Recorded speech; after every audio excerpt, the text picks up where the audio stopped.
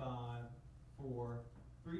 Today we are honored to welcome two of the most influential leaders in our country's business and economic community. Kelly Loeffler, Administrator of the U.S. Small Business Administration, and is one of the nation's top advocates for entrepreneurs, guiding SBA's efforts to support millions of small businesses. Joining her is U.S. Secretary of Labor Lori Chavez-DeRemer, who oversees the Department of Labor and plays a vital role in shaping policies that impact America's workforce and the business community at large. Ladies, thank you so much for taking the time out of what I would imagine is a very busy schedule these days to join us in the studio. Oh, thank you so much for having us. When you say a very busy schedule, it certainly doesn't compare to the president. You know, No, that's right? True. This As is true. secretaries, he That's has right. really led the way for us to know what our mission is and That's what right. why he was elected. And you know, he doesn't sleep, and Yeah. therefore his secretaries are on the road for That's this true. reason. And So so true. actually, he's given us the latitude to do our job, and it's really an Yes. honor to work for him. So we don't mind it. Yes. Not at all. It's There great. you go. That's why there we're you here go. serving. That's right. That's right.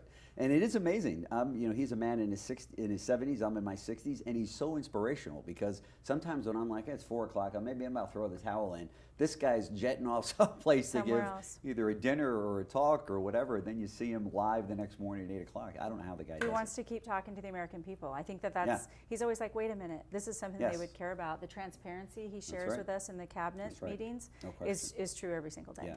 So for our viewers across the country, what I'd like to do is kind of set the table a little bit because I'm impressed with your background. So I want you individually, if you can, share a little bit of your entrepreneurial journey, if you wouldn't mind. And Secretary, I'd like to start with you.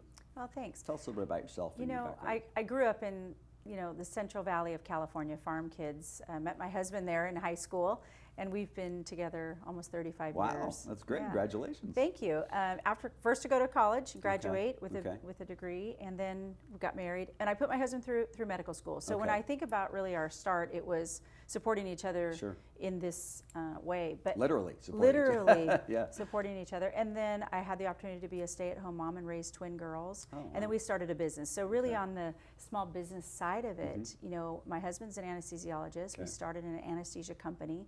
So really understanding what it's like to, you know, be a business owner, know what it's like for the labor Yep. side of it. Sure. You know, where we have 150, 180 employees, all different types, and we want to make sure that we're serving Yeah. the population. But, you know, it really, I think we were talking, Kelly and I, earlier about how important it is to kind of just have on-the-ground experience when we're doing this job and having the perspective of really what a business owner will go through, or, you know, an American worker, what That's right. they go through every single day. So it's allowed me to be a business owner, a former mayor, a small community, what the market demands are, and then serving Congress, and now be the labor secretary. It's kind of been this pathway that all through the eyes and lens of the American workforce. And so it's been a great ride, and we have so much more to do. You just rattled off also the American dream. I mean, a lot of people are very impressed with that resume. Yeah. So No. congratulations on Thank you. all your success in a 35-year marriage. That's incredible. Thank you. So, yeah, that's great.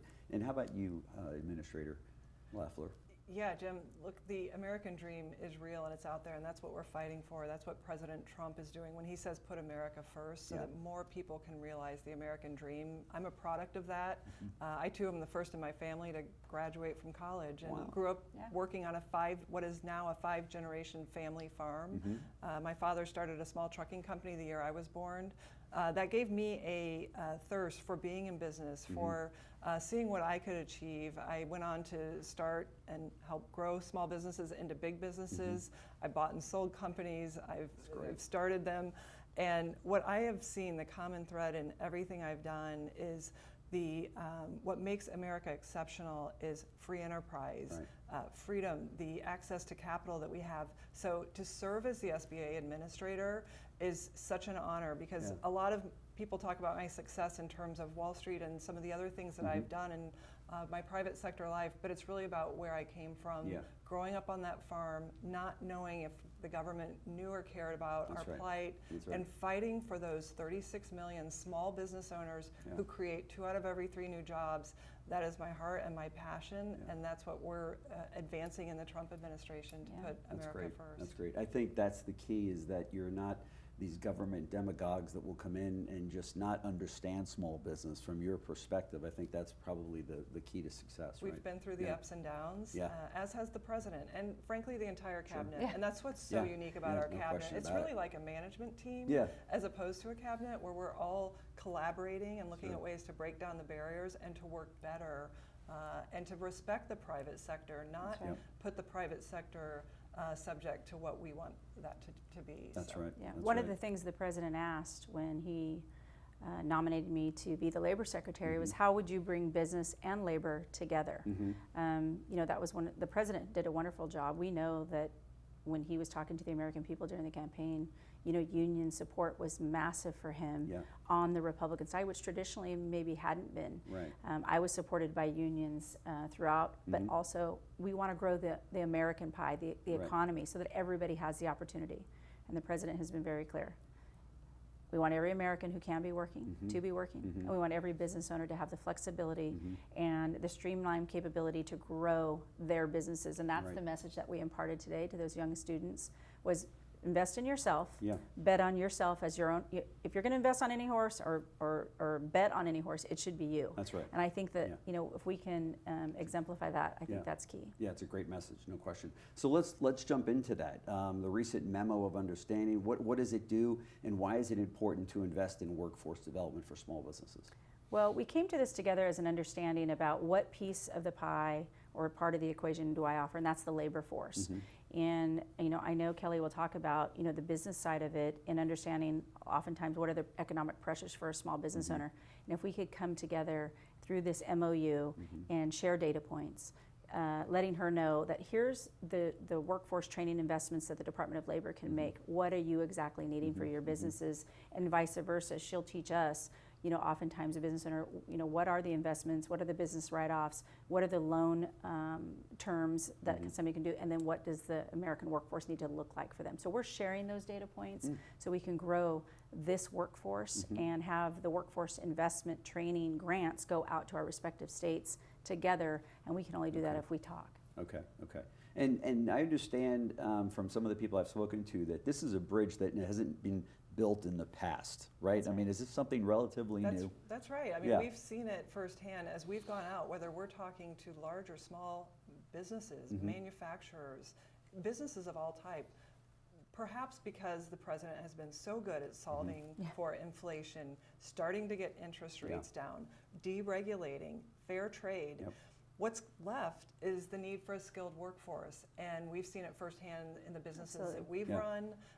It's becoming a bigger pain point than ever as we move toward an AI-powered economy and thinking about what is needed to build the economy of the future to compete internationally, because that's what we're heading into, is a new playing field with AI, knowing that the skilled trades are going to be a huge part of that technological advancement. Oh, for sure. That's And the right. workforce has only grown as technology has scaled. We've Yeah. never seen an instance where the workforce shrinks because of technology. So as pessimistic people might be about the job creation power of AI, it's going to grow. Yeah. That's right. And One size somebody- fits all doesn't work. That's right, That's what that's we right. know. Yeah. It's ever changing, and the trajectory of that change That's is right. at a much, you know, steeper climb.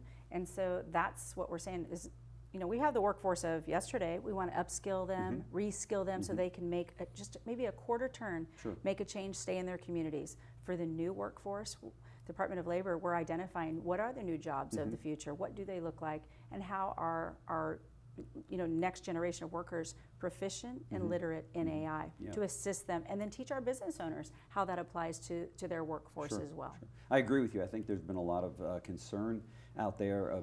Will AI just replacing thousands of workers out there, maybe millions? And all of the business owners that I talk to, when we discuss AI, they say it's a tool to help our people be better at what they do. It's not necessarily a replacement element, but it's something that makes people much more efficient at the job that they're doing. Yeah, we're going to do Right. everything we can to not displace the American worker. That's not the goal, Right. and we don't. That fear factor needs to go away. But it's going to take us on the road Sure. and on the ground Sure. to share that story and that education story that will get everybody up to speed on where the jobs of today are. And anybody in the workforce, like I said prior, we're going to help them reskill and upskill so that they can stay right in their homes, just like here in Georgia. We That's want to great. protect these jobs. That's great. Well, since you brought it up, being on the road, America at Work Tour. Tell us a little bit about that.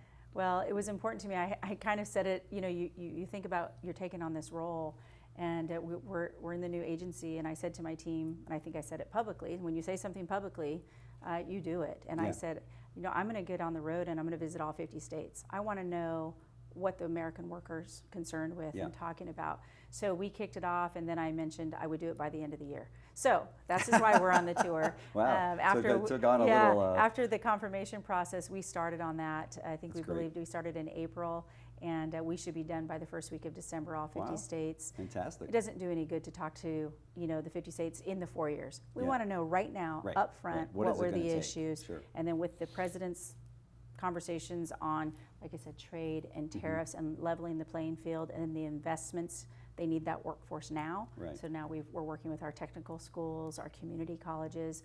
How can we best help with that? And so I'm 34 states in. I just got back from Alaska. Wow. And we'll continue on. And so it's great to be here in Georgia today to talk about a lot of the things that Kelly's already been working on with our small businesses and what really the American Family Tax Cut Act is going to do. Think about that. The American Family Tax Cut.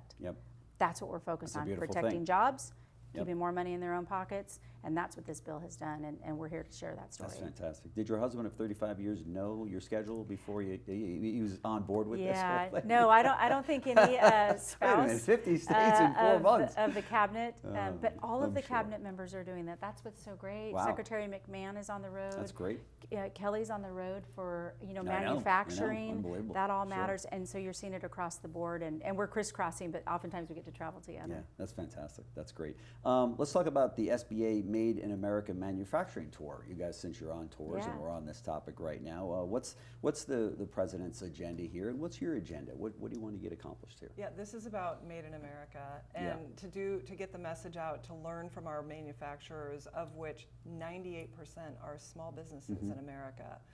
That's where we learn the most, and we can take that back to Washington. That's where we learned about the skilled workforce shortage.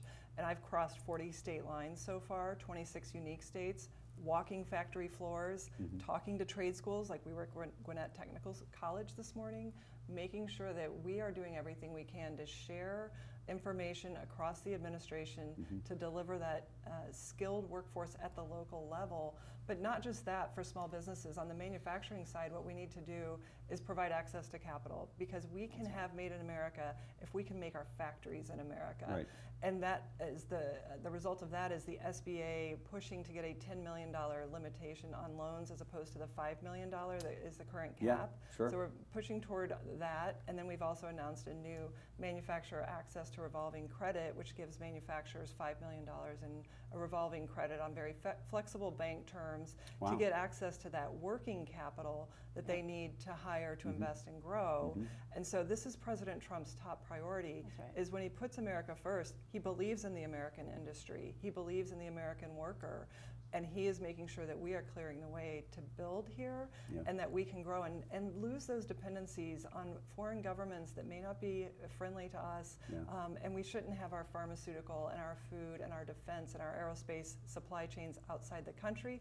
Those are being built by small business. We've walked the factory floor with manufacturer after manufacturer, 70, 80 employees building major components for our defense, aerospace, food, and other industries that are so critical. And it's advanced manufacturing. It's AI. It's using robotics and automation. That we're not going to have the 3,000 person factories of the past. These are smart manufacturing techniques that are going to make America the most exceptional manufacturing superpower in the world. That's right. What do you say to some of the small business owners that are watching right now that have a concern when they hear the word tariff? There's a lot of concern out there among the business community and such. We interviewed Senator Bernie Moreno not too long ago, and his feeling was that we won't even be talking about tariffs. It's a blip on the radar a year from now. I don't know if you agree with him on that or not, but what do you say to our audience of those that are concerned about tariffs? Well, I fully agree with him. Senator Moreno is from Ohio, a state that's been hollowed out. I mean, across this country, we lost 70,000 factories and 5 million jobs. I mean, when you hear the word tariff, think fair trade.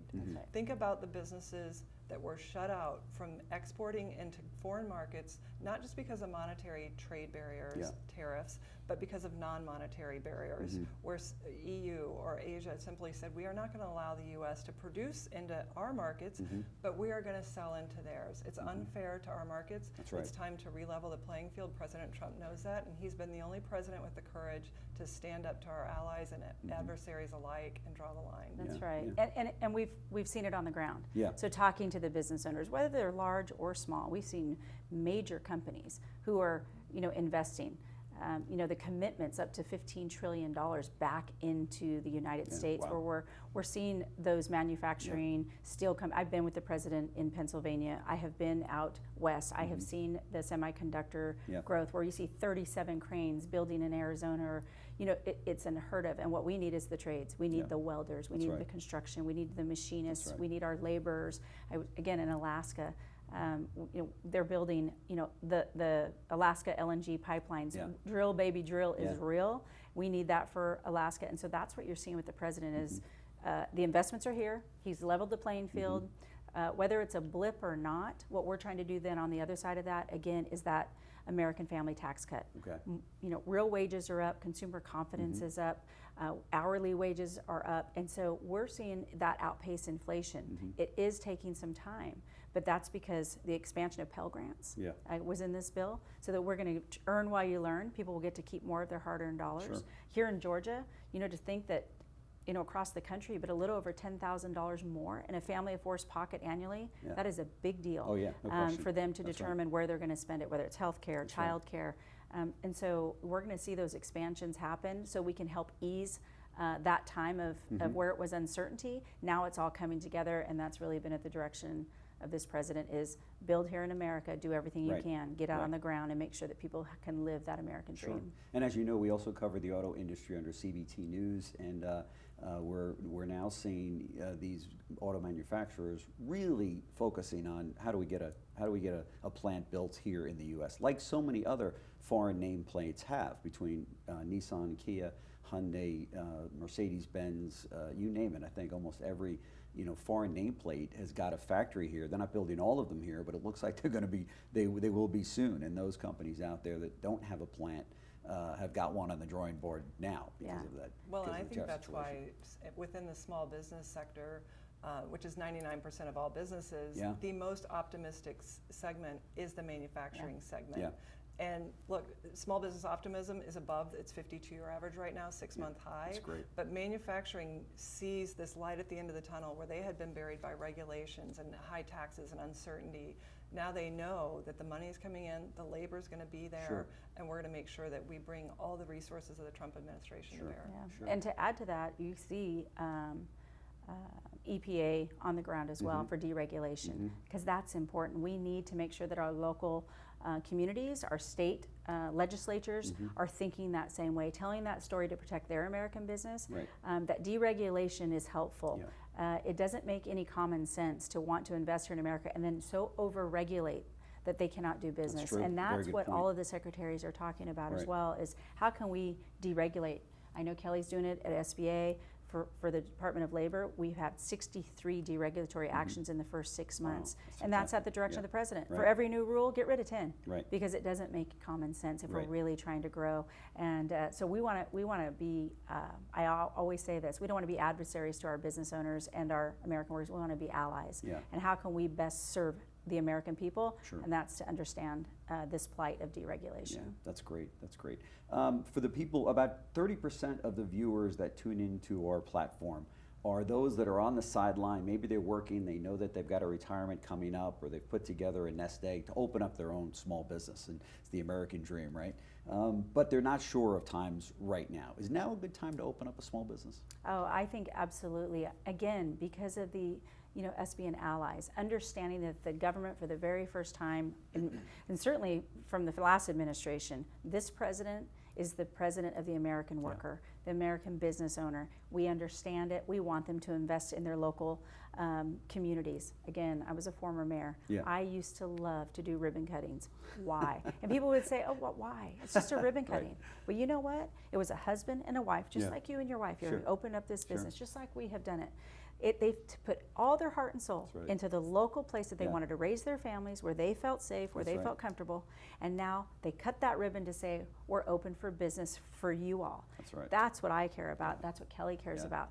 Yeah. And it's the real deal. This is what they're putting their blood, sweat, and tears into, and we want to make sure that we're supporting that, Yeah. and that we're giving them the workforce to continue down the road for years of prosperity. Sure. And just to add some data to that, at the SBA, like any small business, we're doing more with less. We've right-sized the agency because we know that small businesses are taxpayers. They care right. about the stewardship of the dollars. That's We right. feel a strong sense of stewardship, Yeah. but we also want results. Like a small business, we have to deliver Yeah. results. That's right. We have surpassed 55,000 loans this year. Wow. It's a record level. Really? And what's important great. about that is that it's about 2,000 Main Street businesses every single week that get funding.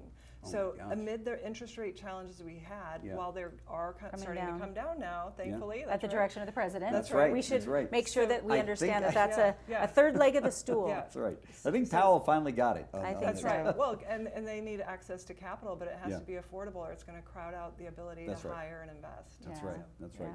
And they're talking about another couple of cuts by the end of the year, right? Yeah, I would Which would imagine be they'll very take impressive. another look at that. They Yeah. want to see, as the job numbers Sure. continue to rise and as real wages continue to rise, Mm-hmm. this is just one more way for small business owners who need access, can borrow at a cheaper rate. What are they doing with those dollars? Right. And I see it every day. They're wanting to invest in their workforce. That's right. More training, more understanding, public-private partnership.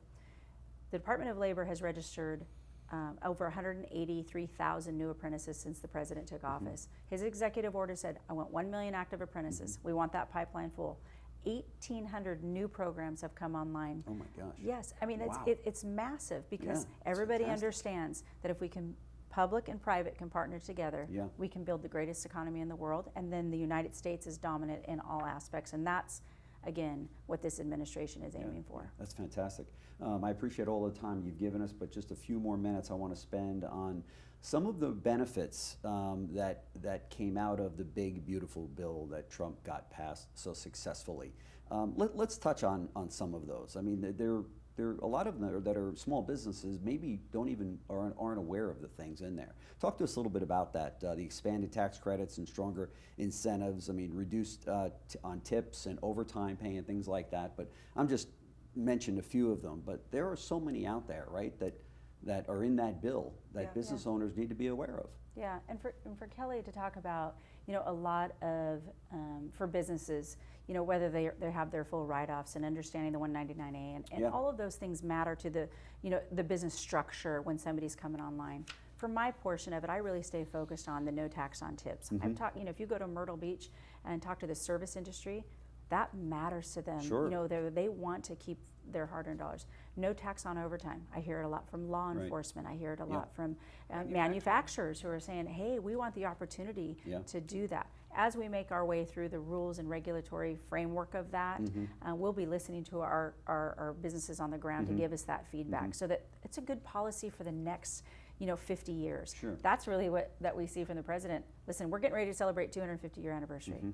The president has seen policies that have been good over the last 100 years. He's looking to the next 100 years, Yeah. not just the next 4. And I Sure. think that's what we're most proud about, Sure. is to leave a legacy for the American people, that it's good policy for everyone. That's right. And so those are the kind of things that we see in the bill. Again, I mentioned the Pell Grant expansion, child care tax credit, because we hear a lot, child care, it's an issue, it's a barrier. We want to remove these barriers, and this bill had something for everyone. It's the biggest piece of legislation that our colleagues in Congress will ever pass, I believe, and it's going to benefit all of the American population, Yeah. so it's exciting times. Absolutely. Absolutely. I couldn't agree more. I see you shaking your head. Did you want to mention Well, I some would other just things add, that this jump is a out? working family Main Street tax bill that gives certainty to the small businesses across our main streets. I mean, for years, corporate America has had certainty on their tax rate, but they've asked small businesses, family farms, to live with uncertainty Yep. about the pass-through deduction, about expensing, about Yeah. investing in the next generation, Yeah. and understanding how to manage things like the estate tax that was going to dramatically go up. So what the president wanted to make sure was that small businesses, working families, had the certainty that they needed, and that's what he's delivered. And it's a record level tax cut for America. Yeah, no question about it. You all are out fighting the good fight in 50 states. That's so right. Kudos to you for doing that. I know it's very appreciated by the citizens of the U.S. that we've got the two of you in these positions. So SBA Administrator Kelly Loeffler and Labor Secretary Lori Chavez-DeRemer, thank you so much for joining me on the show. This has been quite a delight, and I know that our audience is going to get a lot out of your visit with us. So thank you. Thank you, Jim. Thank you so much. Thanks. And Cue the music, and the show's over. Great.